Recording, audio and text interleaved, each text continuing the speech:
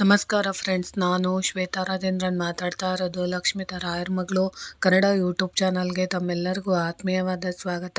ಮುಂಜಾನೆಯ ಶುಭಾಶಯಗಳು ಸ್ನೇಹಿತರೆ. ನಾನು ಇವತ್ತಿನ ದಿನ ವಿಶೇಷವಾಗಿ ನಾಳೆ ಆಚರಣೆ ಮಾಡ್ತಾ ಇರೋಂಥ ಸಂಕ್ರಾಂತಿ ಬಗ್ಗೆ ತಿಳಿಸ್ಕೊಡ್ತಿದ್ದೀನಿ. ಅದರಲ್ಲೂ ವಿಶೇಷವಾಗಿ ನಾಳೆ ದಿನ ನಾವು ಯಾವ ಕೆಲಸಗಳನ್ನು ಮಾಡಿದ್ರೆ ತುಂಬ ಒಳ್ಳೆಯದು, ಅದರಲ್ಲೂ ಮನೆಗಳಿಗೆ ನಾವು ಯಾವ ವಸ್ತುಗಳನ್ನು ತಂದರೆ ತುಂಬ ವಿಶೇಷವಾಗಿರುತ್ತೆ, ಅದರಲ್ಲೂ ವಿಶೇಷವಾಗಿ ಮಕ್ಕಳಿಗೆ ಆರೋಗ್ಯ, ಆಯಸ್ಸು, ಅಪಮೃತ್ಯು ಕಂಟಕಗಳೆಲ್ಲ ದೂರ ಆಗಬೇಕು ಅಂದರೆ ನಾವು ಒಂದು ಸಣ್ಣ ಪರಿಹಾರ ಮಾಡಬೇಕು.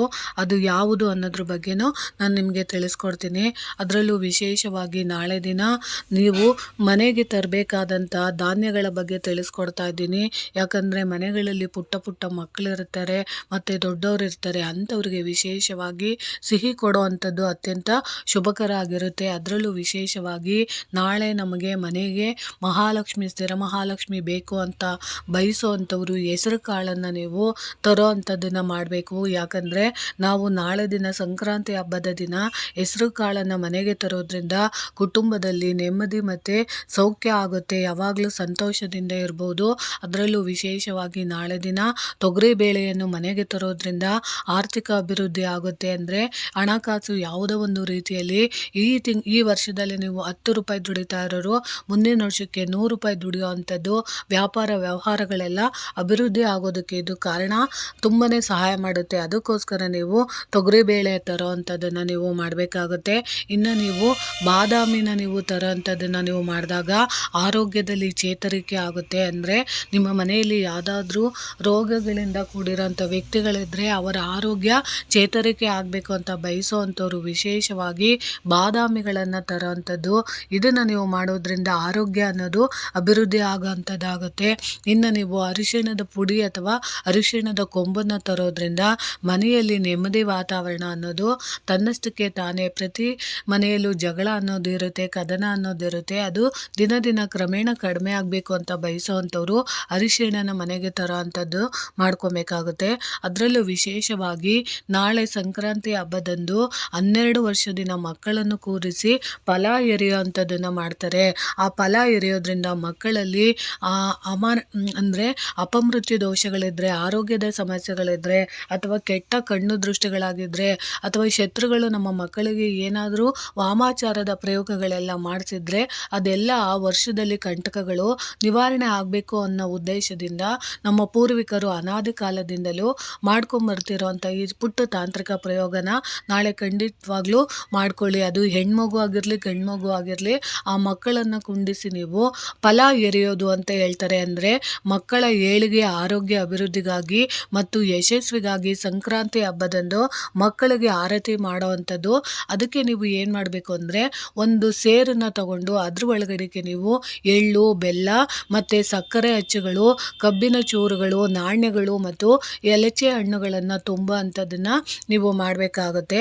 ಅದಾದಮೇಲೆ ಮಕ್ಕಳ ನೆತ್ತಿಯ ಮೇಲೆ 3 ಬಾರಿ ಸುರಿದು ಮತ್ತೆ ಆರತಿಯನ್ನು ಮಾಡಬೇಕಾಗುತ್ತೆ. ಅಂದರೆ ನಿಮ್ಮ ಮನೆಯಲ್ಲಿ ಎಷ್ಟು ಸದಸ್ಯರಿದ್ದೀರೋ ಅಷ್ಟೂ ಜನರು ಆ ಸೇರಲ್ಲಿ ಹಾಕಿದಂಥ ವಸ್ತುಗಳನ್ನು ಹಿಡ್ಕೊಂಡು ಮಕ್ಕಳ ತಲೆಯ ಮೇಲಿಂದ ಪಾದದವರೆಗೆ ಅಂದರೆ ಕುಣಿಸ್ಬಿಟ್ಟು ಮಕ್ಕಳಿಗೆ ಅದನ್ನು ನೀವು ಫಲ ಎರೆಯುವಂಥದ್ದು. ಅಂದರೆ ಒಂದು ಚಾಪೆನ ಹಾಸಿ ಆ ಚಾಪೆ ಮೇಲೆ ಮಕ್ಕಳಿಗೆ ಶುದ್ಧವಾದ ಬಟ್ಟೆಗಳನ್ನು, ಹೊಸ ಬಟ್ಟೆಗಳನ್ನು ಹಾಕಿದ್ರೆ ಹಾಕ್ಬೋದು.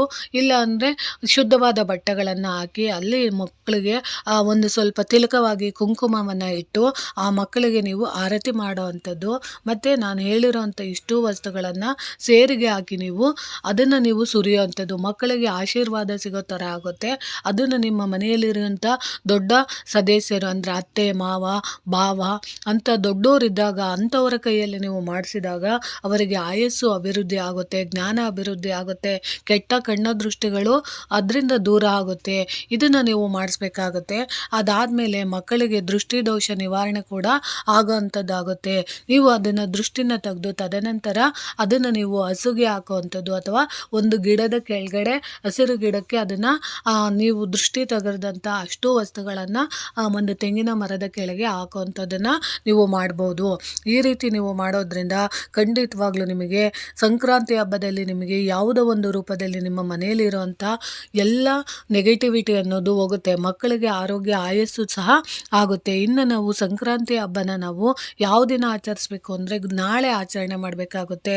ಅದರಲ್ಲೂ ನೀವು ನಾಳೆ ಬ್ರಹ್ಮ ಮುಹೂರ್ತದಲ್ಲಿ 5 ಗಂಟೆಯಿಂದ 50 5ರಿಂದ 5:30 ಒಳಗಡೆ ನೀವು ಆಚರಣೆ ಮಾಡುವಂಥದ್ದು, ಸೂರ್ಯ ನಮಸ್ಕಾರ ಮಾಡುವಂಥದ್ದು, ಮತ್ತು ನಿಮ್ಮ ಮನೆಯಲ್ಲಿ ಬ್ರಹ್ಮ ಮುಹೂರ್ತದಲ್ಲಿ ನೀವು ನಿಮ್ಮ ಕುಲದೇವರನ್ನು ಆರಾಧನೆ ಮಾಡುವಂಥದ್ದು, ಸೂರ್ಯನ ಅನುಷ್ಠಾನಗಳನ್ನು ಮಾಡುವಂಥದ್ದು, ಅಥವಾ 9 ಗಂಟೆಯಲ್ಲೂ ನೀವು ಪೂಜೆ ಮಾಡ್ಬೋದು. ಅದರಲ್ಲೂ ನಾಳೆ ದಿನ ಮನೆ ದೇವರಿಗೆ ನೀವು ಬೆಲ್ಲದಿಂದ ಮಾಡಿದ ಪೊಂಗಲನ್ನು ನೀವು ನೈವೇದ್ಯವಾಗಿ ಇಡುವಂಥದ್ದನ್ನು ನೀವು ಮಾಡಿದಾಗ ಖಂಡಿತವಾಗೂ ಕುಲದೇವರ ಆಶೀರ್ವಾದ ಕೂಡ ವರ್ಷ ಪೂರ್ತಿ ನಮ್ಮ ಮನೆಗೆ ಸಿಗುವಂಥದ್ದು ಆಗುತ್ತೆ. ಈ ರೀತಿ ನೀವು ನಾಳೆ ದಿನ ಸಂಕ್ರಾಂತಿ ಹಬ್ಬದ ಆಚರಣೆಯನ್ನು ನೀವು ಮಾಡಬೇಕಾಗುತ್ತೆ. ಈ ಪುಟ್ಟ ಮಾಹಿತಿನ ನಾನು ನಿಮಗೆ ತಿಳಿಸ್ಕೊಟ್ಟಿದ್ದೀನಿ. ಈ ಮಾಹಿತಿ ಇಷ್ಟ ಆಗಿದೆ ಅಂದ್ಕೊತೀನಿ. ಪ್ರೀತಿಯ ಧನ್ಯವಾದಗಳು ಸ್ನೇಹಿತರೆ.